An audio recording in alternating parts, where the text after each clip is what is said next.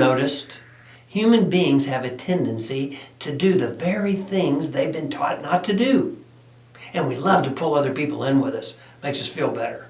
By now you've figured out that I've had to learn a lot of things the hard way. And this story is just another example of my struggle with temptation. When I was in the 4th grade, I walked about a mile each way to and from school. I walked past a little grocery store on my way home. I met a kid named Jack that walked the same way, so we started walking together. Every day he would go into the grocery store, come out with a candy bar. I really didn't have any money, so I seldom went in. One day, he started explaining to me how easy it was to steal candy bars.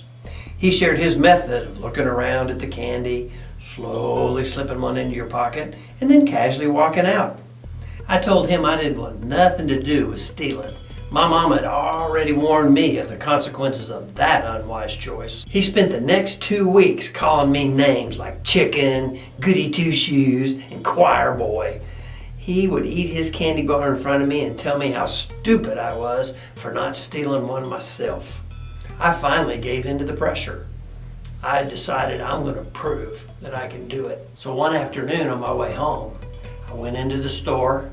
I milled around the candy rack until the coast looked clear. Then I slipped that candy bar in my pocket and headed out. I was already imagining how good that chocolate was going to taste. Suddenly, a large hand grabbed my shoulder. "Just a minute, boy," and escorted me back to a little office and sat me down. He asked for the candy bar, then laid it on the desk and started asking me questions. "What's your name, boy?" "Roger Clement." My voice was shaking so bad I could hardly speak. "How long you been stealing candy, boy?" "This is my first time, sir." "You want me to call your parents?" "No, sir. Please don't, sir. I'm so sorry." I could feel the tears of fear running down my cheeks as I pleaded with him. "I promise I'll never, ever steal again."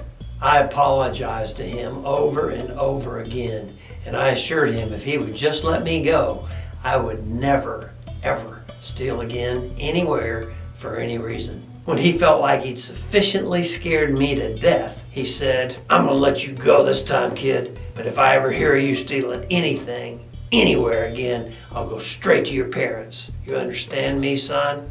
I never went in that store again. In fact, I walked on the other side of the street on my way home, and I never walked with Jack again. And thankfully, my career as a thief ended that day. We are all born with a selfish nature, and we're drawn to do the things that aren't right.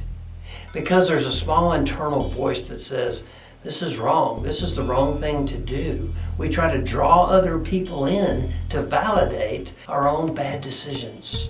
Listen to that still small voice we call a conscience, and don't let others bully you into compromise.